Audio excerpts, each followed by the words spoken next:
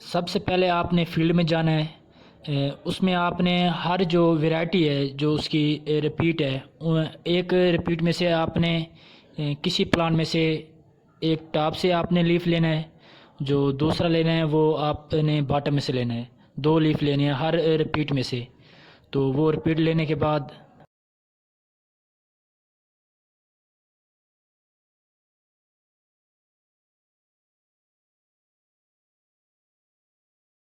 Sample लेने के बाद आप अपनी लैब में आए। सबसे पहले आपने सब ट्यूब्स को वॉश करना है वाटर के साथ, सिंपल वाटर के साथ आपने वॉश करना है। वॉश करने के बाद फिर आपने उन्हें दोबारा वॉश करना है डिस्टिल वाटर के साथ सबको।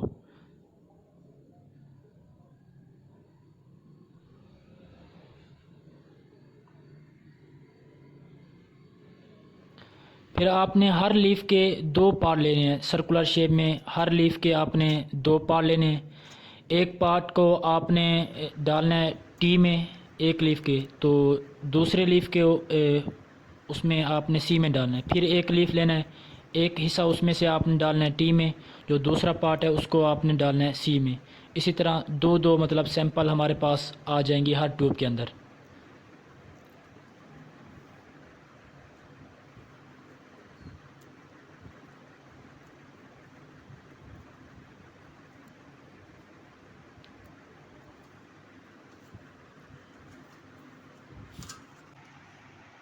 सब ट्यूब्स में सैंपल डालने के बाद आपने हर ट्यूब्स को डिस्टिल वाटर के साथ वॉश करना है, ताकि जो सैंपल है ट्यूब्स के अंदर वो भी वॉश हो जाए। और ट्यूब्स तो हमने पहले वॉश किए हैं, और सैंपल जो मकसद है वो सैंपल वॉश करना है हमने डिस्टिल वाटर के साथ। तो सब ट्यूब्स को आपने डिस्टिल वाटर के साथ वॉश करना है।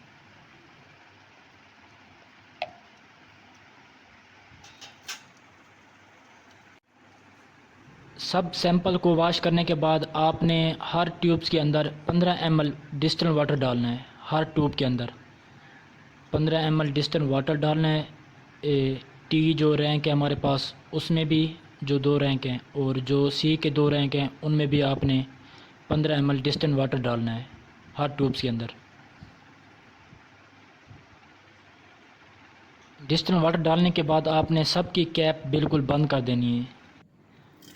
उसके बाद आपने वाटर लेना है। जो हमारे पास वाटर बाथ है उसको पानी के साथ हमने फिल करना है वाटर बाथ को। तो हम पानी लेंगे।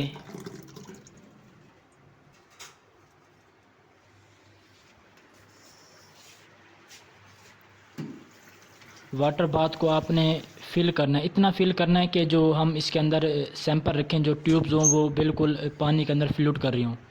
तो अब आपने ऑन करना है वाटर बाथ। उसके बाद आपने जो टेम्परेचर है जो मतलब 48, 49, 50 जो भी है आपने वो सेट करना है। वाटर बाथ का जो टेम्परेचर है वो आपने सेट करना है। तो जो हमने इधर रखा है वो 50 है। तो सेट करने के बाद आपने वेट करना है कि वो जब तक 50 तक टेम्परेचर ना आ जाए तो वेट करना है। अभी आपने सैंपल रखना। अब हमारे पास 50 तक आ गया है, तो हम अब इसमें अपना सैंपल रखेंगे। इसमें सिर्फ आपने जो टी सैंपल है वो रखने हैं, जो सी वाले सैंपल है कंट्रोल वो आपने रखने। सिर्फ जस्ट आपने टी वाले सैंपल रखने, वो भी सिर्फ 1 घंटे के लिए।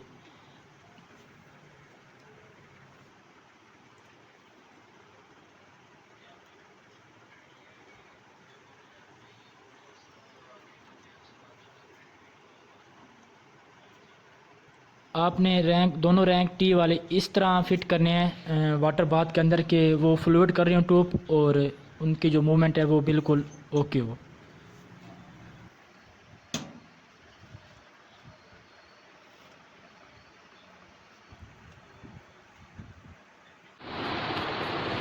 एक घंटे के बाद आपने वाटर बाथ को ऑफ़ करना है। वाटर बाथ को ऑफ़ करने के बाद आपने जो सैंपल रखे हैं टी के वो आपने बाहर निकाल लेने हैं दोनों सैंपल। दोनों सैंपल को आप बाहर निकालने के बाद जो वाटर बाथ का वाटर है वो आपने उसे निकाल लेना है, बिल्कुल क्लीन कर लेना है।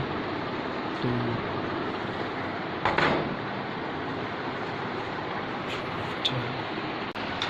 वाटर बाथ से निकालने के बाद आपने 2 या 3 मिनट के लिए बाहर रखना है। उसके बाद आपने रेफ्रिजरेटर में इन्हें रखना है बिल्कुल, ताकि 10 रूम टेम्परेचर हो इसका। तो वो हमने रखना है सिर्फ 24 आवर्स के लिए, या एक दिन के लिए आप रख लें। 24 आवर्स कंप्लीट हो चुके हैं। अब हमने अपना जो सैंपल रखा था रेफ्रिजरेटर में, वो हमने बाहर निकालना है अब, जो T1, ताकि हम मेजर कर सकें, और C1 इसी मेजर से। तो हमने सारा सैंपल है वो बाहर निकालना है।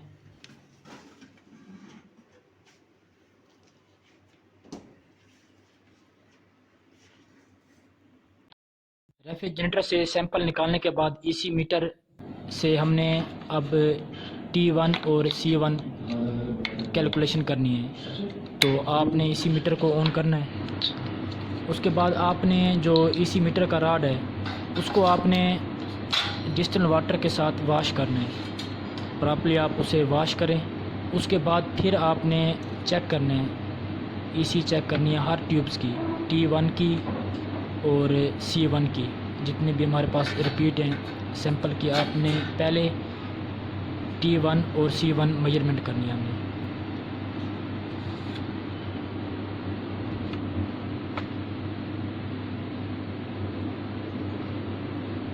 जो भी रीडिंग हमारे पास आ रही हैं हम वो नोटबुक पर नोट कर लें, ताकि हम बाद में उनकी CM की जो एनालिसिस है फार्मूले के तहत हम वो कैलकुलेशन कर सकें।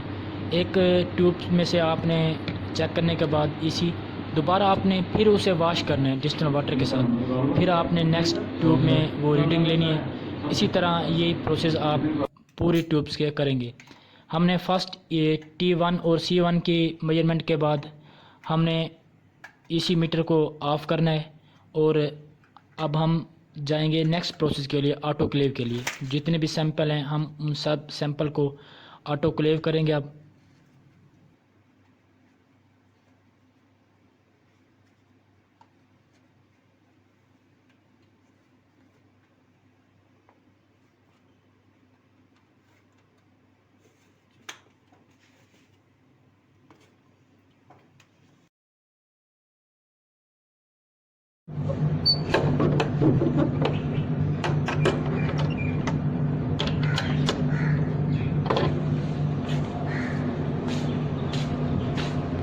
अब हम जा रहे हैं ऑटोक्लेव में, गैस में। तो इसका हम वहाँ पर रखेंगे 1 घंटे के लिए। तो फिर हम दोबारा दिखाते हैं आपको। ऑटोक्लेव में रखने के लिए आपके पास बास्केट होता है कि जितना भी सैंपल है आप उस बास्केट के अंदर रख लें, ताकि आसानी के साथ वो आप ऑटोक्लेव कर सकें।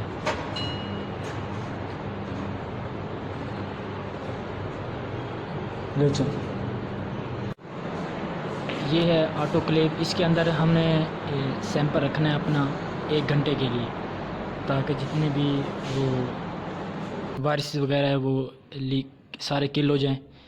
तो हमने अपना सैंपल रखा हुआ है। अब हमारा 1 घंटा मुकम्मल कंप्लीट हो चुका है। तो उसके बाद टेम्परेचर जैसे ही ऑटोक्लेव का लो होता है तो ये ओपन करना पड़ता है। तो हम इसमें से अपना सैंपल लेंगे अब।